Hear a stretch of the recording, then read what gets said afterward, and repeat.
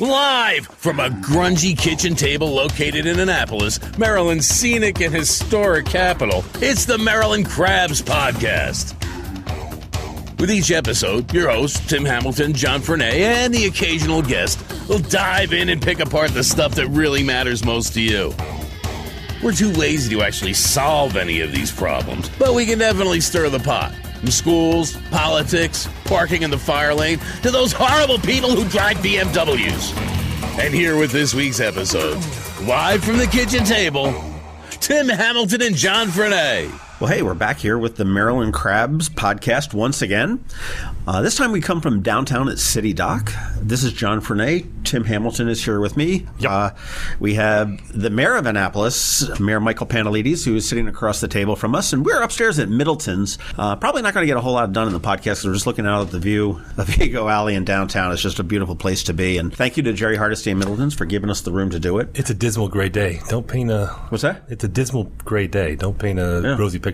Yeah, absolutely. If you're just tuning in and haven't been to us before, make sure you like us on Facebook. We've got the Maryland Crabs Podcast, both a page and a group. You can follow us on Twitter at MD Crabs Podcast. Email is info@themarylandcrabs.com, and there's a website that goes along with that, themarylandcrabs.com. But the easiest way to do this is to go on iTunes or Google Play or iHeartRadio, download it, subscribe to it, give us a 5-star rating, and leave a comment about what you think about the podcast. We love to have information on what you want to hear about. It's all about you, about things that are important to Marylanders. And as we run into the 2017 election, and you thought we were just over it with 2016, which most of us are, Annapolis is gearing up for one because they celebrate their elections in an off year. And so as Mayor Michael Pantelides, welcome. Thank you very much for taking the time. John, Tim, thanks for having me on. Big fan of the show, so I'm glad to finally be on it. So you're not mad at us or anything? Good. We'll save that for out the record. Yeah. So we're 3 years into your term, and what we do want to look about, we've got some news. There's an elephant in the room. Mm-hmm. Do you want to talk about it now, or do you want to talk about it later? Whatever's best for you guys. Oh, come on. Now or later? What do you think? Let's do it. Okay. All right. Annapolis Police Chief Michael Pristoop was let go yesterday. And after almost 9 years. And I know last year there was a real tough time with the crime. We talked to Chief Pristoop here on the podcast, and the numbers, I guess, belie the claim that crime is increasing in Annapolis. The numbers do. But there have been a significant number of what I would say very visible crimes, very high profile, the murders, the rapes, those type of things. I mean, most people don't care that my bike got stolen. But again with a freaking bike. There he goes with the bike. So, what was the reason? I mean, we got your statement. I mean, I think an interesting thing to point out is that we talked about in the podcast with the chief, and there wasn't a defensiveness about it, but he was pointing something out that we kind of agreed with, is that crime, and I think this is a national thing, that people don't feel safe, but it is safe. I mean, nationally too, except for 6 cities across the country. But Annapolis, my argument has always been that Annapolis is a safe place, and that the murders that you have, again, when the chief said that they're targeted, I think most people misunderstood, there's a disregard for life. And I think I understood what he was saying. But if you go to the Eastport forum on Facebook, which is probably the liveliest forum, people, even if you say, well, here are the statistics, people say, well, we don't feel safe. We think it's dangerous. We hear gunshots. You live here. So I guess I see both sides, but I also understand that there's a perception, that I was saying if I kill John, which I could do very easily, I'm like right here, then we have a 25% murder rate in this room, and that's all of a sudden that's what happens with Annapolis. Well, I think the big thing is perception's reality. So if you don't feel safe, then you don't feel safe. It doesn't matter what the numbers say. But you're right, even if every other crime is down, like a bike stolen or something else, murders are the ones. Don't encourage him. Murders are the ones that people care about, and having a record number high murders, we had to go in a new direction in terms of leadership, vision, and some new policies going forward.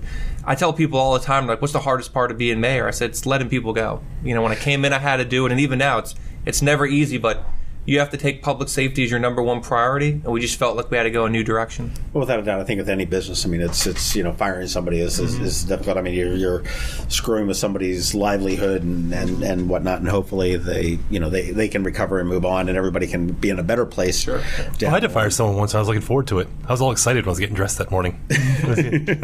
Well, it's like I'm not lying. It's like the old joke. He said, "What day is the best day to fire somebody?"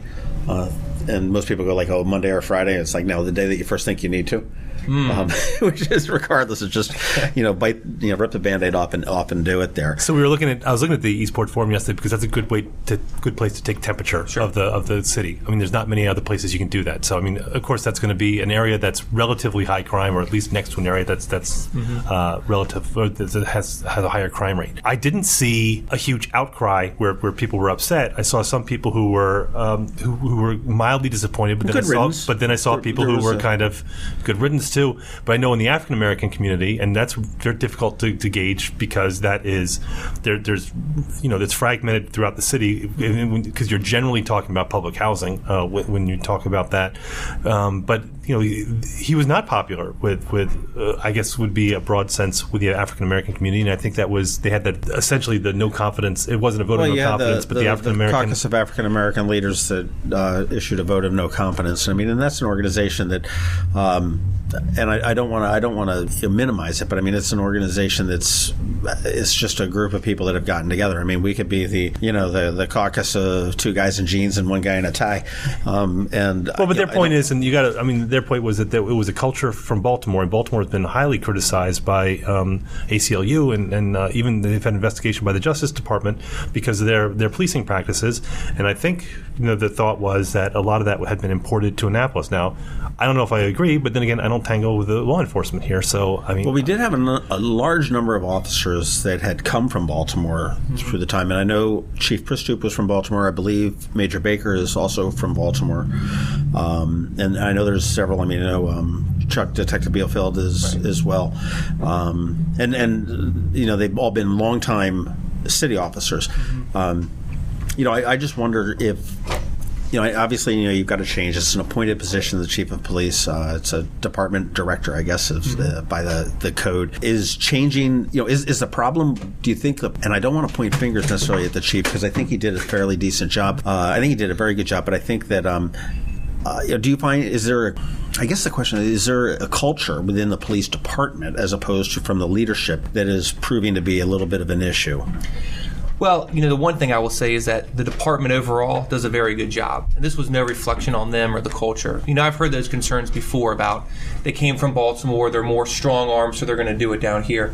I don't necessarily think that was the case. But I do think changing the leadership in any organization does change the culture moving down.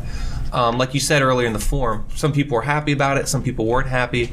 But at the end of the day, a lot of people saw it coming. And now the goal is to find a new chief. So we're doing a national search right away. We're going to find somebody to come in there, trying to do a bigger emphasis on community policing and also more aggressive on the heroin and the...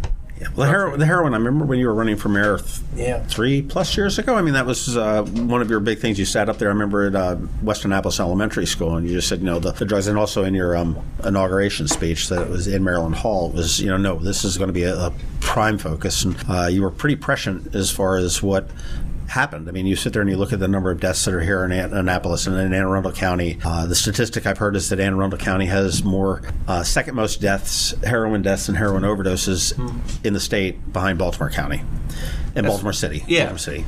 So the one thing I would say, it's a really big challenge from a leadership and management point, is how do you deal with it and how do you fight it? Most of the problems in the city are related to money. So, for example, someone was complaining about roads. And I said, look, if you give me $100 million, I could fix every road and sidewalk in the city. Same thing with stormwater management and the environment. You need a check? If you got one, I love it. That's what I lobby the governor, and he's been great with $1 million for flooding, and I enjoy that podcast as well you guys had.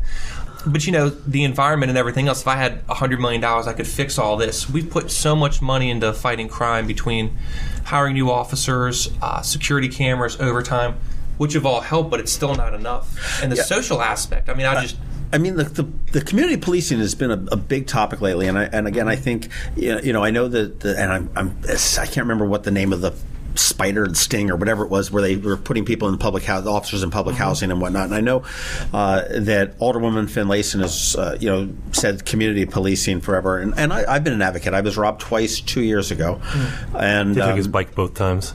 To have an officer that's pretty routinely in the neighborhood, that he would sort of recognize that my car belongs here, that it makes sense to me. And with 125-ish sworn positions available, with probably a little bit more now with the 1.2 million that you were able to come up with, I would think that it's probably a little bit more. Is there something that's not making it not easy? I know, like the school district, I sit there and say, well, it should be real easy to start school later, but they're like, oh, the buses, and so there's something that we don't. Is there something that we don't know that prevents a true community policing? I mean, you think back to Mayberry when there's a beat cop walking up Main Street and whistling and twirling his nightsticks, waving to all the shopkeepers. I don't think that's impossible. I think that would certainly go a long way, both on a business end as well as on a residential end. Yeah, I think so, and that's what we're working towards in the future. But for the most part, if you think about crime in the city, that's a lot of man hours when people are out of their cars walking around. But with the extra officers and overtime, I think we can do that because it's about building trust, exactly like you said. Like, I think about myself growing up. Like, I didn't know that many police officers because there wasn't crime in my neighborhood and never had to reach out. But for people that are directly affected, I mean, 80% of all of our deployments are in and around public housing. You want to know that officer. You want to have trust that you can tell them something in secret or privately and it's not going to get back to you. So building those networks and relationships are huge. Right. Yeah, I know that was one big thing, is to find a trustworthy way to anonymously report something going on. And we got a tips hotline. We also have a website you can do it. Yeah, you've got all that, but I mean, there's also, conspiracy theorists like me and Tim that would sit there and say, oh yeah, they're tracing IP addresses and they know exactly where it is. I mean, whether it is or isn't is true, but I mean, that would go a long way, I would think, to anything if you could sit there and anonymously. I can tell you they do not trace. Oh, I'm sure they don't, but I mean, somebody now, could they? I mean, theoretically, could the Russians? I'm sure somebody has the technical capabilities too, but doesn't get mean Putin on the line and figure it out. Well, Right. I mean, just the culture in the predominantly public housing communities. One time, I'll tell tales out of school. I was probably driving when I shouldn't be, and I was coming down Compromise Street, and that park right there at Compromise and Green Street, there was two kids fighting. Had a 2x4, was beating the hell out of the kid over the head. I stopped the car in the middle of the street, got out, ran over. What a busybody you are. My girlfriend's like, "What are you doing?" I don't know. The kid that was doing the beating threw the stick down, started running up, I guess Newman Street, up towards St. Mary's, and I started going. There was a paramedic that was from the county that stopped, and he sort of joined. He's like, hey, what's going on? Finally got the kid, brought him down. The cops had come at the time, and kid's bloody. He's got, and he says, okay, what's going on? The little kid that got beat up says, like, well, we were just messing around. I'm like, messing around? Now this is where my alcohol was kicking in. I'm like, messing around? No, he was beating the hell out of him. What the hell? And the cop was like, okay, well, you get in this car. I said, well, you like taking him in for, and I said, no, we're going to take him home. And I was like, what? And I was just absolutely dumbfounded. And the cop explained. He said, no. He said, what's happening is if this kid says, oh yeah, he was beating me up, there's nothing we can do because they're minors except release them to their parents. And if he narcs out on him, I said he's going to get beat up twice as bad when he gets back home, if not worse. But that's an example of an officer who understands. Yeah, that's the community, and they understand part. The community, and that is a good example of community policing. But it's and I think the culture needs to change in certain areas, and the respect. I think the drugs are, as you've mentioned, for years, are really sort of fueling that. All right, so the coach is being changed. So we replaced the coach. What you as the owner of the team, what do you want to see in a new coach? Right? How do you want to see the culture change within the police office, within the police department? There's several things I'm looking for. One is he's got to be somebody that can inspire confidence amongst the rank and file. Because, you're coming in here and elections coming up and everything else, and they're going to say, can we get behind this person? Are they going to stay? And also, are they going to value the people? Being a cop's a hard job. I got to tell you, talking with them, I was on the phone with some people last night. You get beat up all the time in the press, the paper.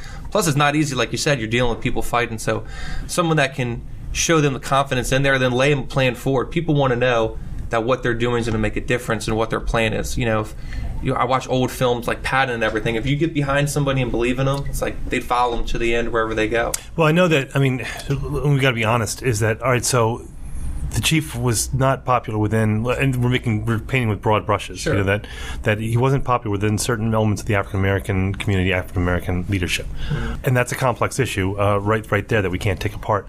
But also, I mean, from what I understand, that among the union itself, he was not popular as management. That there was not a lot, and I haven't been in a management position. I understand that you're not going to please everybody all the time, especially when you're facing a union situation. It may be valid. There may be, it may not be valid. But once that wedge is there, it's very difficult to overcome that. I mean, is that an element of the confidence that his officers had in him? Well, this was larger than one thing. So it wasn't just murders, or it wasn't just a union or something else. It was accumulation of a number of things. But no, I think you bring up an interesting point about, you can't make everyone happen. And if it's, they always say the quarterback or the coach, but if it's the team versus the coach, one of them. But the bigger one, going back to some of the African American leadership, I don't think it's everyone. And to that point, when you talk about making them happy, you have to set up goals. Like when I worked in sales and even in life, I'll set up a goal. What's my fitness goal? What's my financial goal? What's my goals as mayor to do? And so I laid it out with them and I said, here's what I've done. And so I said, half of all my officers have been diverse candidates. I had like 50% at a minimum every year, and 1 year was 80%. And basically, I said, what number would make you happy? And their initial response from Carl Snowden and everything is like, well, you're just looking for the minimum. I'm like, no, the population is 25%. I'm at 50, and I've done 80 in a year before. Right? I said, what number? 90, 99, 100? And basically what I got from him was, no matter what you do, we're not going to be happy. Well, then we want more in leadership. Well, we've promoted African-American lieutenants. We had the first Hispanic person in the fire department for lieutenant in the ranks. No matter what I do, if I hire 99%, they're going to say it wasn't 100. So I think you have to be careful when you say they're not happy, because there's not a set thing they want to make them happy. Like, I couldn't come to them, meaning like people could say, hey, you didn't raise my taxes. I'm happy about that. Or you lowered my trash bill. I'm happy. But my there's trash, there's like no thing where I could say, or put it this way, I don't think there's anything I could do where they would come out and say, we support the mayor. I mean, do you see? I mean, no. Do you see whatever them coming out, Carl or the caucus saying, the mayor's doing a great job and we support him? No, and I agree with you. It's because you fired him, right? Which is a brilliant move. Yeah. I mean, with the way, I mean, that was a campaign promise that you had said that that you did not. I remember we did the Twitter debate, and you said no, you wouldn't support Carl Snowden on HACA. It took you a little bit. They sort of tried to work around on that, and well, the council tried to delay some of that, but that was interesting. I was thinking about that with the president, his Twitter account. That was the first Twitter debate in Maryland history. Yeah, and I remember like very few people followed it. And I was telling a story with somebody. It was pretty big for what it was. More places than ever than others. I think Annapolis has a really strong online community. Oh no, I do now. When we did the debate, and somebody was like, "But where is Twitter?" And I was like, "Oh, we're doing it here." Like, no, but where is Twitter? And I'm like, probably in a California server somewhere. So if people don't remember, this was 3 years ago. John, we all talked about it, and John put together over at Metropolitan, right? Yeah. That Gavin gave us a space, and we had Josh and we had Mike, and that's a great time. I'm telling. I'm talking to the people listening right now. No, I'm not telling him. I'm telling the listeners. Oh, okay. Keep up. You want to go get a drink or something? Yeah. But we had an online Twitter debate, so people would tweet in their questions, and so it was funny because we were in the room, and the room was silent as the two of them were typing and going along. And 4 years later, we're going to do it a little bit different. We're going to bring Twitter. We're going to bring the podcast. We're going to do a live broadcast. Yeah, again. So hopefully we can count on Mayor Pantelides and whoever is the challenge. We'll do both. I like that. I will say it's probably the hardest debate in terms of getting everything in 140 characters. Yeah. Well, it keeps people from straying off point, I think. Right. Keeps all right. So back to, so we got. It's funny. So what you're kind of saying, getting off the police chief for a moment at least, is that you're saying that there's always been a level of acrimony between the mayor and the council, and that was the previous mayors were all Democratic, and you still had that acrimony, and you wonder if that's part of the checks and balances that you're gonna have that push and pull, and if you need that. So to your point, were you going to make everybody happy with letting the chief go? No, and again, going to the African American community, and you always there's a danger in treating them and the Latinos as a monolithic community, saying this is what they do with a capital T, and it's not. And you have people who call themselves African American leaders, and I'm not saying that with derision. I'm just saying because there's not an election, there's not an appointment. There's just people who say I represent the African American community. Carl Snowden would certainly be at the top of that list, at least the most recognizable one. So do we know? Does he represent the wishes and the desires of the African community at large, especially those who are in public housing, or is this just an ideological position that he takes? So, could it be that in some of these housing developments where they say, hey, we think the police do a pretty good job. And of course, there are elements who said they wouldn't, but there's no way to know that. So it's a judgment call. I think some of the issue is that it goes back much further than, certainly your term, but even prior 2 or 3 mayors. And I find a lot of resentment from the African American community on what we'll call the gentrification of Annapolis. And I get it. And you have said, a number of times that Ward 1 down here in Annapolis is this little idyllic place that some committee he's pointing has at me, invented not Mike, that never really ever existed. Thank you for that. And I think that you're finding that. I mean, you look over in Ward 6. But exactly. I know, again, it's not based on race, but what I'm saying is that Ward 1, and I'm not picking on the people, I'm just saying, if you look at the Historic Preservation Society, what they're preserving is something that didn't exist. It's an idea of what they want to exist, and public housing isn't part of that. Forest Drive is not part of that. Chinkapin Road is not part of that. What their vision of Annapolis is, and what everyone's vision of Annapolis is from where we're sitting right now, and that's what people think of. So, when you're talking about policing, you're talking about all these things, it's always framed in terms of Ward 1, and that's been going on forever. But I think, this area was a fairly significant African American hub Eastport, back in the days. And again, your grandparents, was that had the Royal Restaurant? Yep, they had the Royal Restaurant. It was the first one to desegregate in the city. Right. So Where was it? A lot of ties. It was right next to Ram's Head, where the BB&T was. But I think you're right. There's not a monolithic community. So I saw Roxana Rodriguez, our Hispanic liaison, before I came down. Larry Griffin, everyone loves him. And you talk to people, and there's not one consensus on how they feel about it. And I think it's a mistake, like you said, to put one monolithic group. What I found interesting is when you talk door to door with people, they really appreciate it and you understand. So one example with HACA, right? We went in and did inspections on all the housing units in the city of Annapolis. That's a clap there. And it was actually probably the biggest gamble I made politically as mayor, because there was a lot of people, and I heard it, they were like, we heard you're coming in, you're going to throw everyone out. This is your plan to get rid of public housing in the city. I said, first of all, that's not the case. I'm doing it for the opposite reason. I care, and I want to make your life better. So we went in there, I knocked on people's doors, and they said, yeah, my shower's been leaking for 3 months, or my dishwasher doesn't work, or this light's hanging down. And they appreciated us coming in there and following up with them. Right. And the other thing, too, if you get into the race, think about it. Would we have ever let any other part of the city get as bad as that? No, and I've said that many times. It's for example, and John and I have disagreed about this, but this was a couple years ago when the police were there was some sort of robbery with some black youths, or it was something relatively minor, and they were taking pictures over Harbor House, or no, actually it was over on Clay Street. Clay Street. Oh, yeah. So they're pulling the kids out and they're taking the picture. Top of Main Street, and it was kids. And John's argument at the time goes, well, they don't have a expectation of privacy because they're in public. I'm saying, well, wait a minute. These are police who are pulling the kids aside to take their pictures, which is different than taking pictures of kids as they're walking by. And my test is, if you did this over at St. Mary's, if you're pulling kids as they're walking out of St. Mary's and the police were saying, I'm going to take your picture, the parents would have gone batshit. And I feel that way for Ward 1 as well, is that some of the things that would happen in public housing, like you said, if any of those things were happening anywhere else, it's tolerated there, but if it wouldn't be tolerated here. So I think I will say benchmark. The parents did go crazy because they came to a city council meeting and called me at 10 o'clock at night. But you're right, not the same level of outrage that they had. So, all right, so going back to the police. So, yeah, sure. Specifically, so we've got an issue. We've had, how many, 12 last year? We were up to 3 this year? It was 2 10. this year.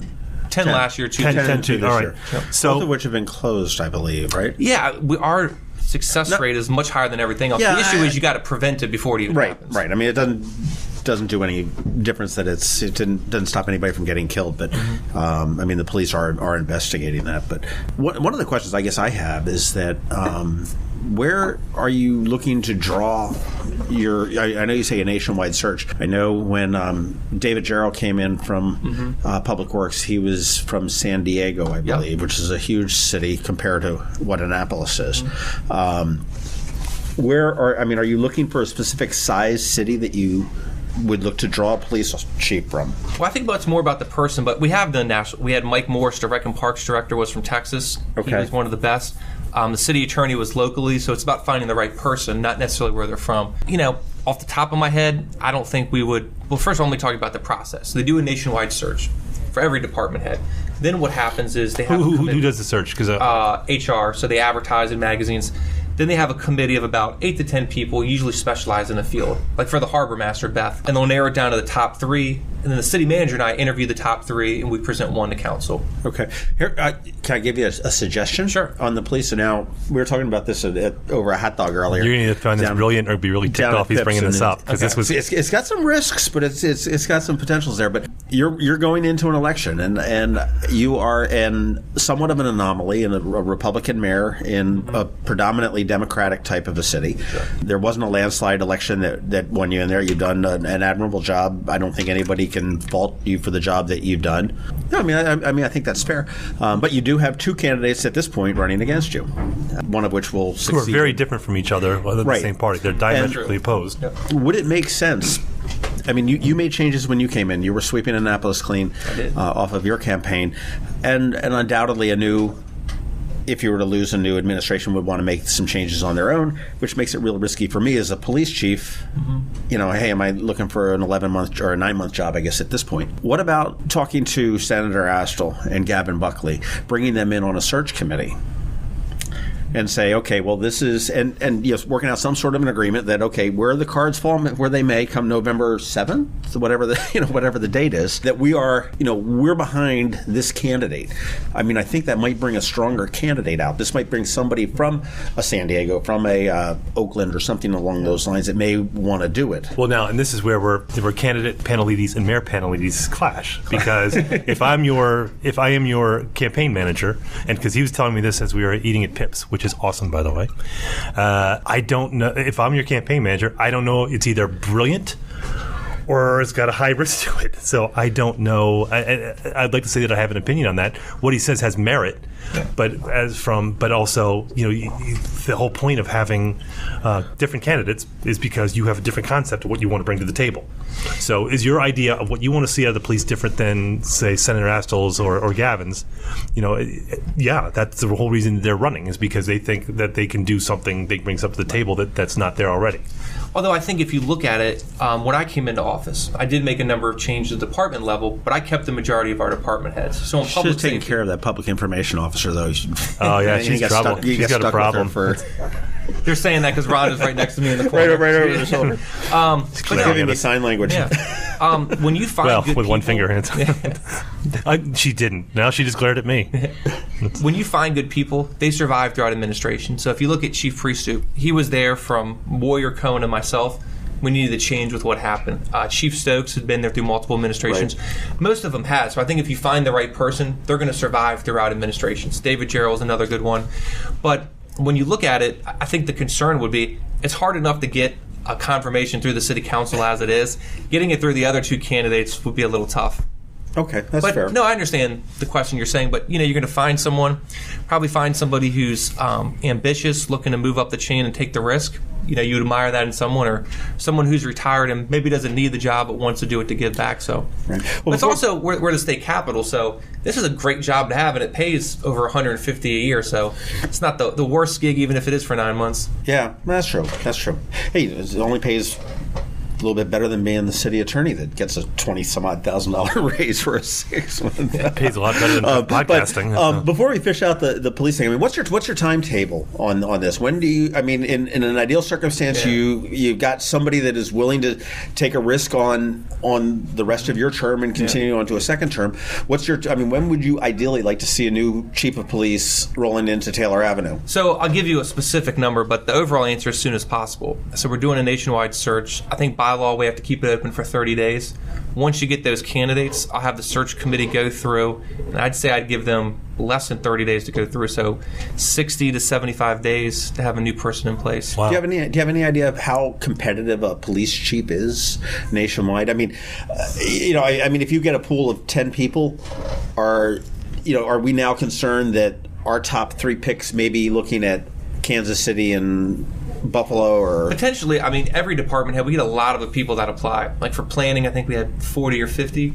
But it's a big draw, and it's not always necessarily a chief coming. You could find someone at the lieutenant, major level that's looking for in a larger market. Sure. Yeah, larger market, sure. Sure, interesting. But yeah, there's going to be a lot of the people that apply, a lot of top talent that come forward because it's a dream job for a lot of people. Right, absolutely. Is it a dream job for you? To what? Be police chief? No, mayor. No, mayor. Of course, it's a dream job. I mean, look, I grew up here. I wanted to run for, the last 8 years. I did it. I was fortunate enough people took a chance on me, and I think I've job done well. So I love people. I love being mayor. That's why I do it 60 hours a week. When you're doing something you love, as grueling as it can be, and council meetings are, And to your credit, and we'll say this, we said it in previous podcasts, you did blindside everyone. I mean, granted, it was a perfect storm. There's a lot of stuff going on, a lot of moving parts. But we always said you were doing the door-to-door knocking. You were, you couldn't take away from that. So it's not an easy feat to be as young as you were, and a Republican in a town like this. So yeah, I mean, I had managed campaigns. I grew up in politics. I was involved, but I laid out a 5-year plan between being president of the community association, on the neighborhood watch, nonprofit boards, and said, what is it going to take me? And I actually wanted to run 7 years ago, and they were like, don't run, you're going to lose, you're too young. So I managed Dave Portal's race, came about 300 votes shy. So I was like, look, I know what it is, knocking on doors, raising money, having a message, and just consistently doing it day after day. So what took you by surprise with the job? I mean, just from a very practical, low end. Yeah. Like I've taken jobs before where I come in and I'm looking at the big picture, and there's little things I'm like, I didn't consider this. I didn't think. I think the first one, and it's probably most politicians' frustration, is how long it takes to get things done. So where I came before, your boss says, do it by Friday or don't show up Monday. And here in government, they're like, well, no, it's got to go to committee, and then it's got to go to this committee, and then rules, and then someone else has got to opine on it. Then you got to have 45 days notice. So everything you do takes forever to get done in government. That was probably the biggest challenge. I think you're finding that's what our president is finding out as well. Mm-hmm. Well, that's what I told you on our community association, since we live in an area with just so much governmental influence. I was on the board of just a POA, and half the people who work there are federal employees or county employees, and they're all great people. They're good at what they do, but when it came to any sort of expediency on anything, like I think I told the story before. We had the money put aside to have a playground done, and we're like, let's build a playground, and they're like, no, whoa, let's slow it down. Committees and 3 years later, I'm like, where the hell are we on this playground? We've had the money for 3 years, But to them, it was cultural. Yeah. So your clash seemed to be. A lot of it was cultural, and you had a pretty steep learning curve because you went. I mean, it's not even like you were a councilman. It wasn't that. You're mayor. You came in fresh with, without any. I mean, obviously you knew a little bit about what the situation was, but it wasn't. You had Josh Cohen was ordained into that position vis-a-vis Ellen Moyer. Yeah, but I said this too. You're the mayor of the capital of the wealthiest state in the most powerful country in history. The night you were elected, you had that exhilaration, and then at midnight, you had to be going, "Oh shit! I don't believe this just happened." I got to be honest with you, I wouldn't be. What was the word of the night? Now what? No, look, I love the job, and I had been involved in politics a lot before, clubs and campaigns and everything else, and knew it. I did political advertising at the Baltimore Sun, and even at Vocus, I sold political action software. And one of the things we did, which was actually funny, is we sold grassroots advocacy software. So, fill out this form and contact your elected officials. And so now, I was selling that to groups, and then I have it done to me, and I'm like, I call my old boss up, and I'm like, man, it's like irony's pretty sweet. It's all coming back to bite me. That's true. Well, I'll tell you what, before we've sort of fished out the police pond, and I'm glad to see that, we're on top of it. We've got something, down the road. Take a little bit of a break, get a refill on my water, pay some bills. Blow your nose. And when we come back, we'll talk about some of the successes you've seen in the past 3 years, some of the challenges you see in the next year, some of the challenges that you've seen going forward, or that actually have been throughout the whole years. All right. Go blow your nose. When a ring from the United States Naval Academy comes into Zachary's for a center stone, it always makes us wonder, where's this one going? Where's this one been? A nuclear sub in the North Atlantic? A carrier deck in the South Pacific? The moon? 52 astronauts are Academy graduates, from Iwo Jima to Okinawa, Corregidor to the Coral Sea, Midway to the Persian Gulf, Congress to the White House. These rings go where America goes. 73 that went to war were awarded the Medal of Honor.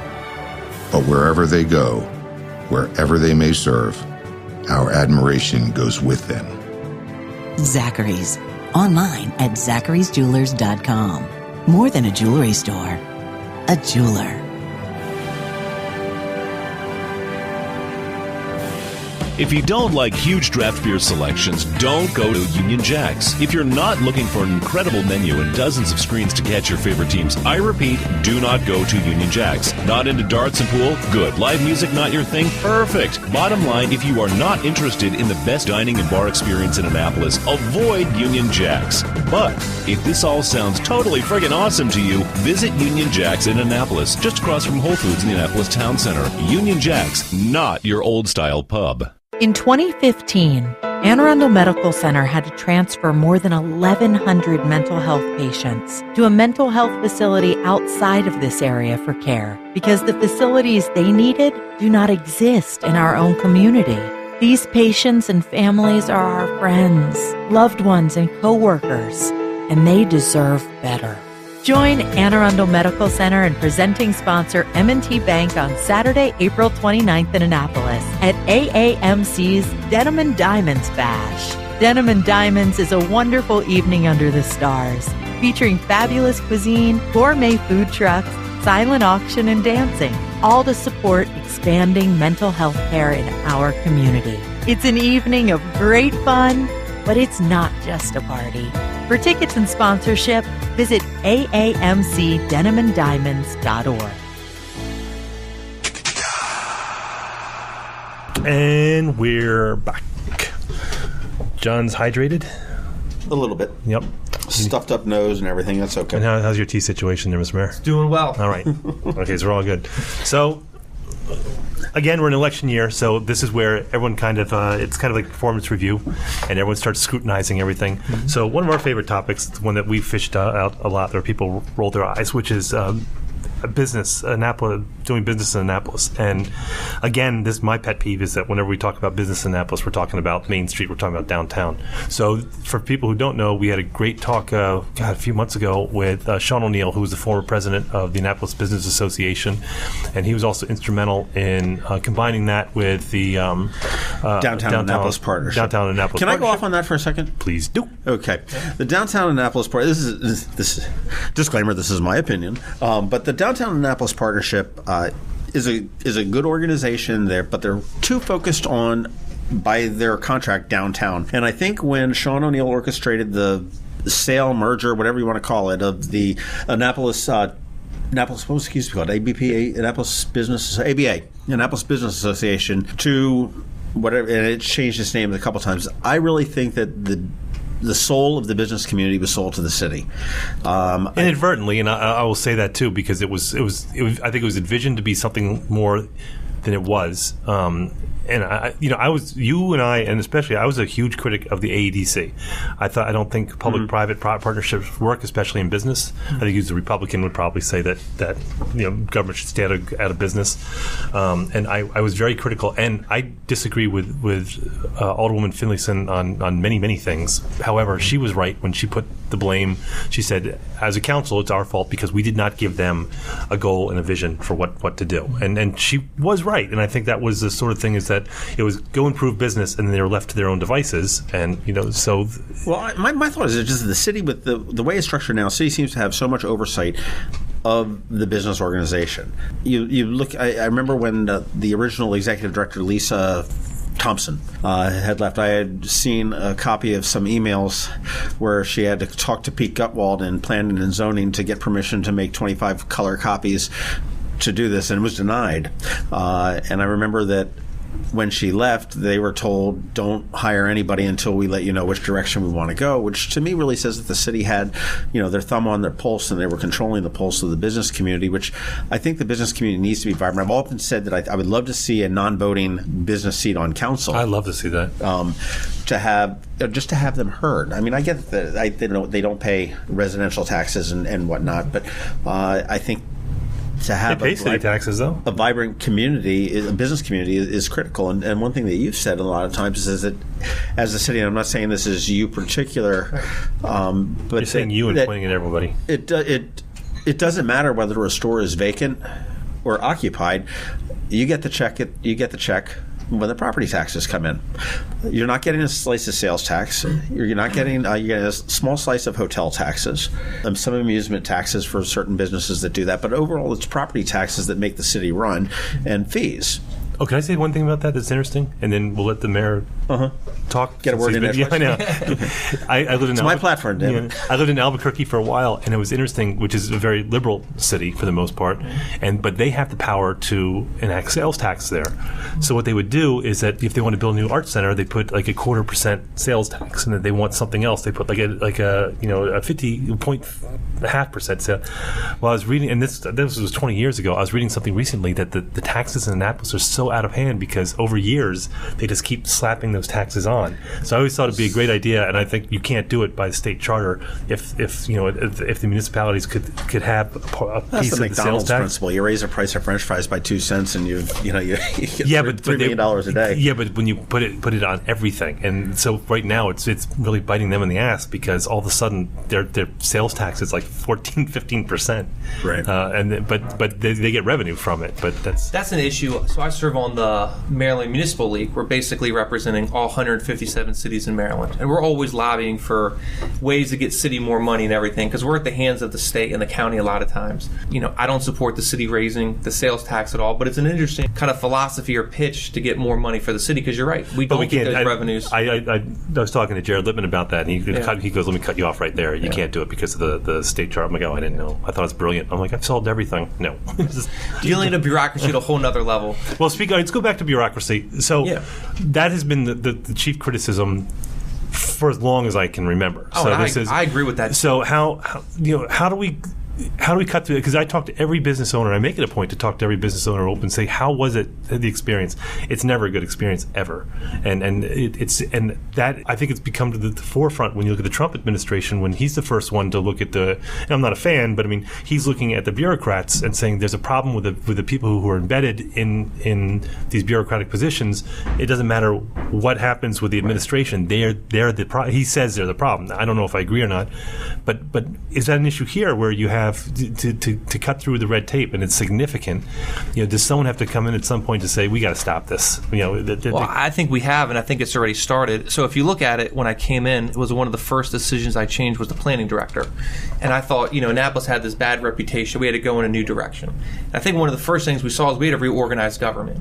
There was planning and zoning, then there was the Department of Neighborhood and Environmental Programs, which, by the way, doesn't exist in any other of the 157 cities, duplicating a lot of jobs. That's all merged, and the reorganization has made it better. Is it great? No, it's not great, but we are taking steps in the right direction. And I think there are businesses, if you talk to the Iron Rooster about their opening expansion, if you talk to Criswell Automotive going out there's a number of businesses that have had good experiences, and the new director's making a lot of those changes. Been fighting to get a permit for,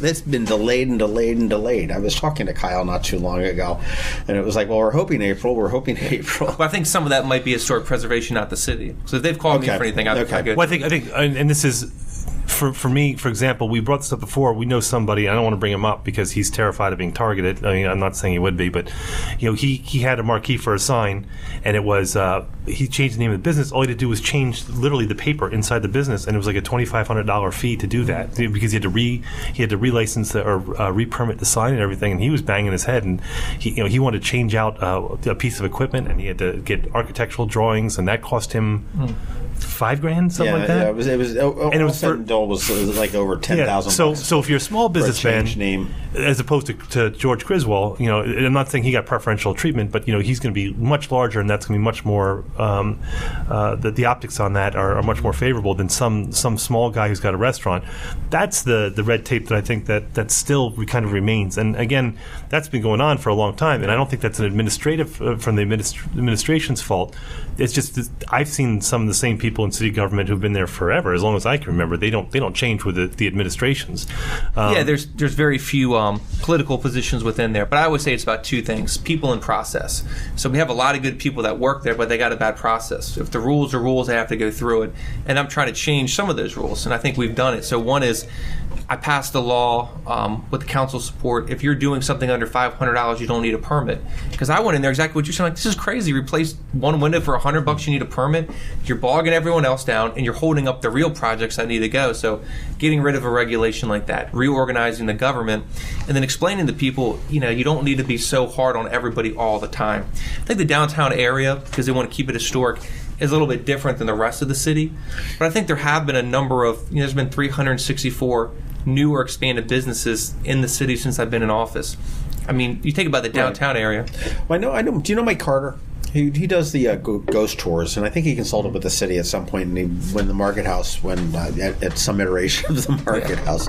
And he said, he had a really good comment to me one time. He said that the city is stuck in a culture, and this is going back, not necessarily reflective of your term, but is stuck in a culture of no, because you've got so many employees that have been there so long, and this is the way it's always been done, and it's a very easy way out, as opposed to giving the employees the ability to think out of the box and to sit there and say, well, yes, let me try to do this and see if we can do that. And I think that would go a long way. I don't know if the city has the means or the ability to, sort of secret shop the process. Tag along with an architect or with a developer to see what's going on. I think that would be a fascinating study to say, I think you mentioned Criswell Audi, and I think that was probably a little bit easier of a project, because he's got the money, he's got Audi that's giving him, I'm sure, some financing, and it was a big vacant lot, and you started from scratch as opposed to Iron Rooster here, who took over Pink Crab, I think it was. Right, and it's not in the historic district, which and is they got to breach walls and make sure, and it's all shored up and everything else. So I think there's some differences there, but it'd be fascinating, I think, to see if the city could shop themselves. And I mean, people do that all the time. I mean, you've got a business. But I will tell you, believe me, my phone and emails get nonstop calls about people that are having problems. And I was with the planning director the other day and the city manager and said, here's 3 people that called and complained. I need you to fix it. But the one thing I do want to highlight on a segue a little bit is things are getting done. And we were thinking about it, and I said, that's one of the things I'm most proud of, is that even if you don't agree with what's happening, the fact that we're doing things. Because so often in Washington and everywhere else, things just stall forever. So if we look out the window here, 110 Compromise Street. I was with John Bruno, Mike Keenan the other day. We were down at Pusser's. That's now open. It's going to be a Boston Whaler dealership going in there. And that's been 10 years in the making. 10 years, right. So 10 years vacant, it's under there. And the work that went into it, I'm doing a column in the Capitol on it, and I was trying to calculate how many emails, how many Ward 1 meetings, how many public hearings, and it's almost impossible to calculate how much time went into it. But the highlight of that is you have to do things the right way. So if you look at that, basically, when I came into office, I was like, look, I'm not going to let this plan go through. I'm going to stop it, right? And the day I got elected, I think Mark Rodan... That was something about saving Annapolis, right? Yes. they did the yeoman's work on that. But no, as a candidate, I said, look, I'm going to stop it. And I did. They pulled out the day I got elected. But we worked with people. Because remember what was happening? It went through 3 variations. Originally it was, well, the city should eminent domain it and take over. First of all, I'm diametrically opposed to that. I mean, that's just a bad philosophy in government to do unless you absolutely need to. Second one was, well, you know what? Let's buy it for $5 million. By the way, it sold for 4.5, and then we'll take it, tear it down, sell it to, not tear it down, fix it up, sell it to somebody else. And the third one was in spot zoning. We'll make it C2 commercial zoning. And I said, no, we can preserve the maritime industry. You'll never get a maritime tenant. Boston Whaler dealership in North Salem, you can't get more maritime. Right. And yes, they want to put in a restaurant, but I think it's going to be a world-class facility. Because when you think about dining outside, the only places you can eat are almost all private. Annapolis Yacht Club, Eastport Yacht Club, Fleet Reserve. Pusser's. Yeah, Pusser's in Carroll's Creek. Pretty much, I think. Yeah, but on the Annapolis side. Right. But I meant for like a fine dining, like upscale experience. Right. So I think it's going to work out well. But, we got that done. The Stevens building. I mean, how long was that vacant for? The Pocket Park that burned down. I was just sitting there forever. That's done. So we've done things where we fixed. 2004, wasn't it? Yeah. Yeah. It was 10 years ago, 10 years ago, 15 last year. 15 was the 10th year anniversary of the fire. Yeah. So if you think about it, these things have been around, almost all of them, for a decade, and they're finally getting done. I take the bulkhead, I never should have done that bulkhead. The reason is it should have been done a decade ago. But we had photos showing there's no concrete, just rebar hanging down. We built it on schedule and $1 million under budget. I think that goes to the management. Well, that was done before. I mean, that was executed under you, but it was. I mean, it was already. Right. Planned to be done under a prior administration. What's happening with the faucet building? It's going to be really weird. Whatever goes in there is like the earmark of the building to call it not faucets. Right. I know Fawcett's got to love all this free publicity they've been getting. Well, I think what's happened is we're getting rid of these businesses and just keeping the names. The Stevens sign's still up. Right. That's its mission. And that was actually really cool of them. That was. They did it as an honor for the family. I thought that was really cool. Do you know what's going in? Barbecue. I mean, you've talked about a restaurant. Do they have a lease on that restaurant? Do you know? No, they're actually still taking applications. Like we're looking for people right now, but the Boston Whaler dealership, North Sale. And I think they're they can take over a third of it or half of it and let it. They're probably looking for other tenants too. Right. Okay. What are we going to do with the Market House? I'm actually when I read that article in the paper, that's the hard thing is I've never gone up and said I'm going to sell the Market House. Now I've said a lot of other things, the old rec center, the golf course. I've done that, but I never said it's my position as mayor to sell the Market House. I am so sick of the Market House. I would just want to wipe it off the face of them. I'm so sick of talking about it. But you know what? After this, we should go down there and get something. Because here's what I tell people when I speak. I say, look. I go there a lot. Yeah, everybody's talking about it. It's a self-fulfilling prophecy. I said, if you look at it, there's fried chicken, and it's the same fried chicken that used to be there because Harvey Browner brought the guy back. You've got fresh oysters there. You've got smoothies, everything else. I encourage people to go down there. And looking at it, I said, it's been open every day since I've been mayor. And not to go back and relive the history because I don't want to do all that, but it was closed for 9 years and cost the city $6 million. Well, and you inherited a mess. Josh inherited a mess. And so that and the Moyer administration. That was their fault, and you can't parse it. It was a debacle, and that to me represented everything wrong with city government is what happened to the Market House, and and no one ever took responsibility for it. So I was reading the Capitol yesterday, and I was engaging in my worst habit, which is reading the comments, and there was someone there who was highly critical. He's extremely Republican, so he was saying you inherited a mess when he's not lying. We're talking to you, Bob McWilliams. Yeah, and he was laying the blame on the feet of Josh and Ellen, and I don't think it's fair to Josh, frankly, because he inherited an absolute disaster too. And I think, can it be saved? And I don't know if it can be. And now, like you said, I go there now, and they had the best pizza. They had the best pizza in town, and then they took the pizza guy who worked there and they moved him somewhere else, and now the pizza's not as good. They got to work on that. Harvey's got to work on that. Well, we'll go back over there and we'll bring it up to him. But no, you're the mayor. Make it happen. Just say you over here. Make him a pizza. But look, I think if you go back and think about it, it's been open every day and it's making the city money. So it has turned around, and I think that's a highlight of how we've managed it. Well, but it is making. You said it is making the city money now. I could be using alternative facts. I thought the original lease had something that the Market House needed to make $300,000 profit before rent was due to the city, and that $300,000 may not be. Is that, or it could have been renegotiated? Is that my imagination? So I'm not sure. I have to look, but all I do know is I show the expense in the revenue account, and then we get the money coming in every year, the profit we make. So you add in the cost of, all right, they do Wi-Fi, their water bill, their electricity bill. What does it cost to run it versus what's the revenue? And we make money every year. Okay, and you've switched it from an enterprise fund to they try to knock us a little bit on that, but I said you got to think about the depreciation on it, right? I don't understand the enterprise fund versus general fund. So basically, an enterprise fund has to be self-sufficient. So water bills, sewer bills, things like that, which weren't, and you were forced to raise some of the trash bills and the water bills. Not trash, we lowered the trash bill 30%. The water bill, we'll get back to in a second on that one, but. When you go into it and you look at it, basically, what does it cost to operate a water treatment plant or sewage or the dock, and then that has to pay the same. Otherwise, the government, like transportation, we subsidize transportation. So the market fund, that building was getting knocked for costs no other building did. So there's police station, fire station, public works, main city hall, transportation, rec and parks.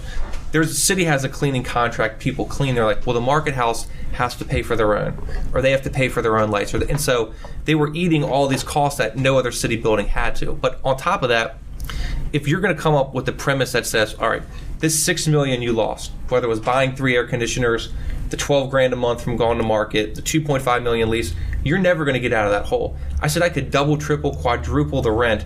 I'm never going to get out of that $6 million. So in that sense, are you ever going to eat all the depreciation money you lost? The city could never charge enough to eat that up. Okay. But in the sense of, are you making more money than you're spending? Yes, we are. And we're coming up close to an hour. What's your? All right, let's talk about where. Here you are. You're toward the end of your first term. Mm-hmm. What are you most proud of? What is the shining moment for Mayor Mike Pantelides in the city that you've done? Keeping in mind that we're going to ask what the what the opposite question might be. Right afterwards. My downside is I'm just too successful. I care too much. We're going to be tired of winning, right? No, I think what I'm most proud of is I've been able to accomplish my goals, and that's really the reason for the second term is building. So number one, financially. Looking back when I came into office, you were talking about earlier, it wasn't all glitz and glamour. They're like, you have a $7.5 million hole, you have to get out of it. I passed 3 budgets in the city of Annapolis without raising the property tax rate. We lowered people's trash bills 30%. And on top of that, it's not just me saying we have a good record. The bond rating agencies that let us borrow money both have upgraded our credit rating. So we've had a good financial sense. The other thing I think we've done is we've passed historic and landmark legislation to stop overdevelopment. So I'll look at the Adequate Public Facilities, the Forest Conservation Act. Those are all legacy things that started under probably the Moore administration for a decade that we finally saw completed. And when we talk about adequate public facilities, it was the Wild West in Annapolis. You could build whatever you want, whenever you wanted. It doesn't matter if Tyler Heights is 140% over capacity. So we put rules in place to stop parts of the city from being overdeveloped. And other than that, I could go on and on forever, but I highlight the partnerships we've done with people. I think if you look at my partnerships with County Executive Shu, some of them have been great. You look at economic development. I mean, you've got Hollis Minor, which you're splitting some costs there that she's doing there. You've got any number of them. Are you exploring additional ones? All the time. We have partnerships. Police fire. No, I'll say no. That comes up every year, and the political storm of that would be way too much. And plus, it's also nice for Annapolis to have its own police and fire department. Okay, so that might be the end of the second term. No, that's there's certain fights you don't try to get into where people are like selling the market house. I said I got 100 other things on my plate right now I'm trying to get through. Right. Yeah. No. I mean, some of the cooperation between the county and the city has been very, very encouraging. Yeah. And certainly, I think you've got a perfect storm as far as cooperation go with a Republican governor that lives in the county, that lives, actually sold his house, but he's got a place down here too. Yeah, he's got public housing in the city of Annapolis. Oh, you're talking about the governor? Yeah. No, the Governor Hogan's been fantastic. I mean, when I reached out to him, I've been trying to do big legacy projects. When you talked about the bulkhead and everything else, I think the 2 things that I want to leave is, one, the work we're doing on flooding, and the other one's public housing. Because I think that's going to last without. A new mayor can come in, can raise and lower water bills, change the budget. But the work we're doing, and the $1 million we got from the governor, is laying the groundwork to really fix the flooding problems in the city. Then segue into public housing real quick. I was the first mayor to go in there and really try to turn it around, because a lot of people said it's the federal government, it's not our problem. I'll interrupt you there. That's not bullshit either. I mean, you were. I mean, it was public housing was a place to go when you're running for election. Mm-hmm. Well, that's to show. But that's a lot of the leadership. They said, look, we'll put people on the board that are going to help us out politically, and then if anything went wrong, it's, well, look who I put on there, and you can go to them with your problem. So I went up to HUD in D.C., and the first mayor to go up there, I said, look, we have to do this differently. And I've been helping them out. One, not charging them for the police they should be paying us. Built a new basketball court in Newtown 20. I worked with Comcast. It's the first time in the state of Maryland they're doing free and reduced internet for their residents. It's like $9.99 a month. And that's huge in the digital divide, because most of the jobs are online, kids learning and everything else. We've gone in there with jobs program. I'll highlight one we did with Maryland Live. I was down at McGarvey's at a fundraiser for the Maritime Museum, and I met the guy, and he's like, oh, we'd love to hire some of your residents. We're gearing up, we're staffing. To hire 20 people on the spot. Rhonda Pendell Charles and I did a job fair together. So there's a number of things we're doing, and then holding them accountable. Every time I meet with them and I'll say, what grants are you applying for? How are you handling your parking to get people off the street? Where's your crime plan? And I'm proud of the board of directors I put. The challenge has been, just like city government, you can't do anything till you get 5 votes. You can't make real change till you have the majority of the board, and that kind of just recently happened. But I think they're making some positive changes, and I think you're going to see a much different direction. And even HUD in Baltimore and D.C., they recognize that. They say, now we're confident to help invest in you. So is it fair to say that right now you go get hit by a city bus when you walk out of Middleton's here, and you pass away, the biggest legacy you're leaving is the fact that you've made on public housing? Would that be a fair? No, I think there's other things. I wouldn't put one, but I would say I think the first mayor to try to bring people together, and when you talked about the community feeling engaged, they're not used to mayors coming up knocking on their door and saying, what's fixed and can I fix it, instead of just, I'm here for your vote. Right.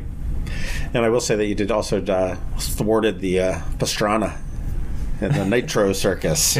But that was your old neighborhood. You were the president of that homeowners association, weren't you? Sure, Germantown Homewood. Yes, back, okay, where they did that. There's been an awful lot of good stuff. I mean, you're taking some flack. You're going to take some more flack on. I'm going to stop Crystal Springs. To your credit, you've never shied away from that, which is, it is what it is. I said it, and and I probably, as you said, is that you don't necessarily realize how slow things work or how things work coming in new. And that was, in hindsight, that would be probably a stupid thing to say in a campaign, that I'm going to stop this development in these tracks. But, and you know what? I'll give you. This is a good time to kind of talk about it a little bit, because I was looking at the new, and we both live along Forest Drive, and I was opposed to it selfishly because of traffic. Sure. The environment, I think the solutions they came up with were adequate for what, and I consider myself an environmentalist, and I felt that also was used as a red herring for a lot of the arguments, that whenever someone has a problem with development, all of a sudden it comes down to environment.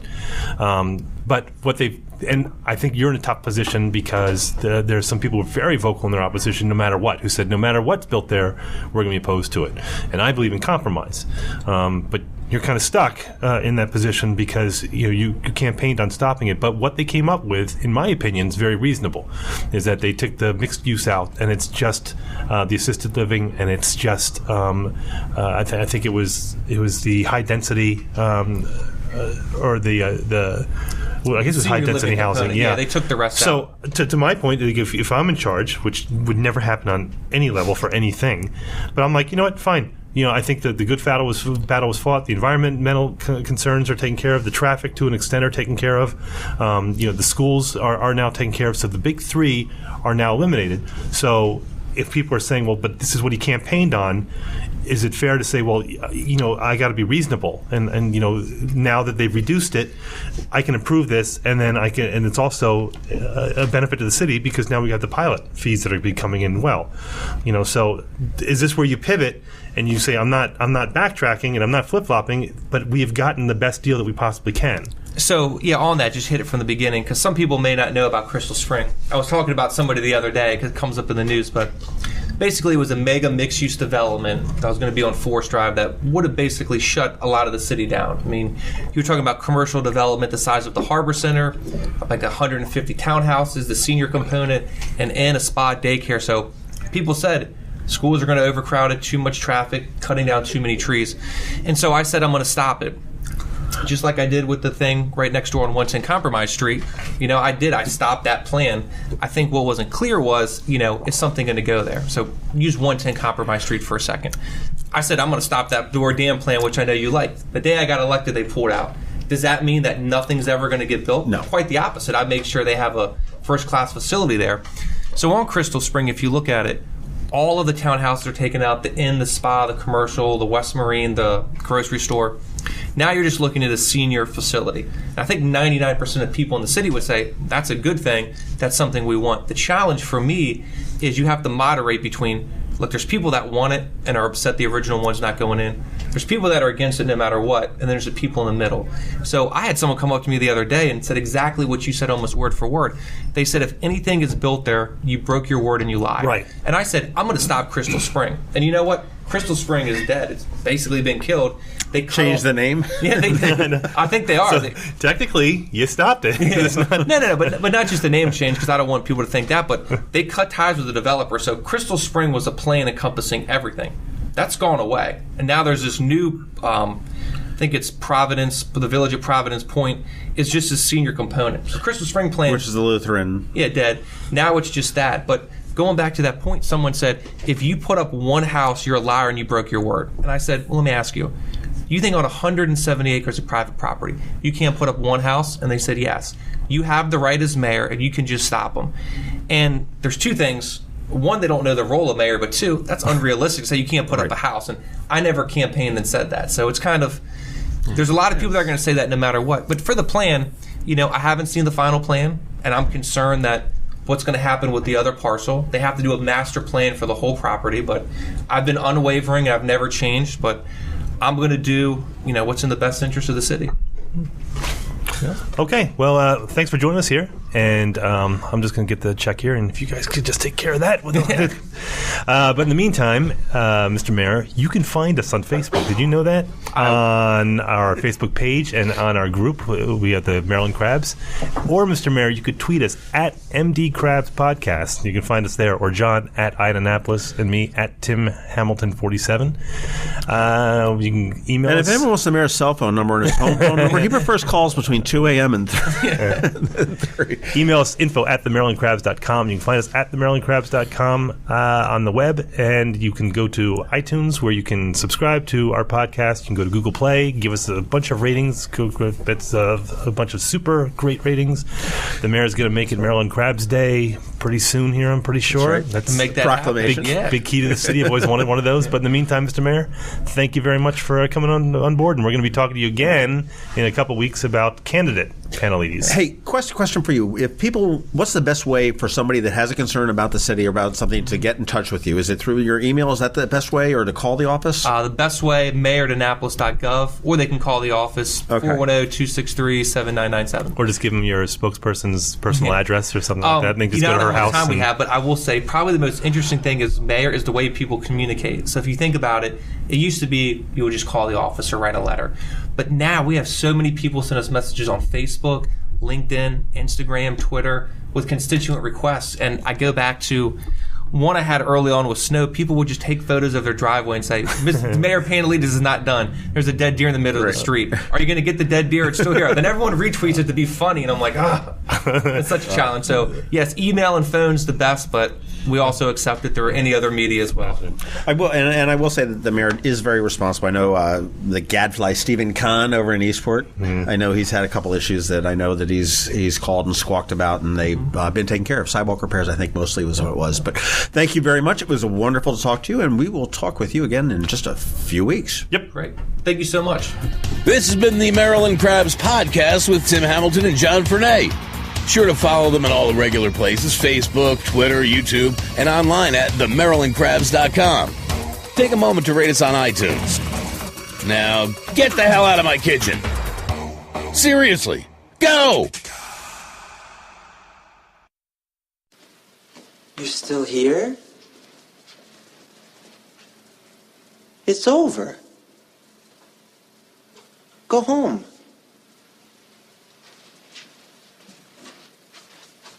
Go.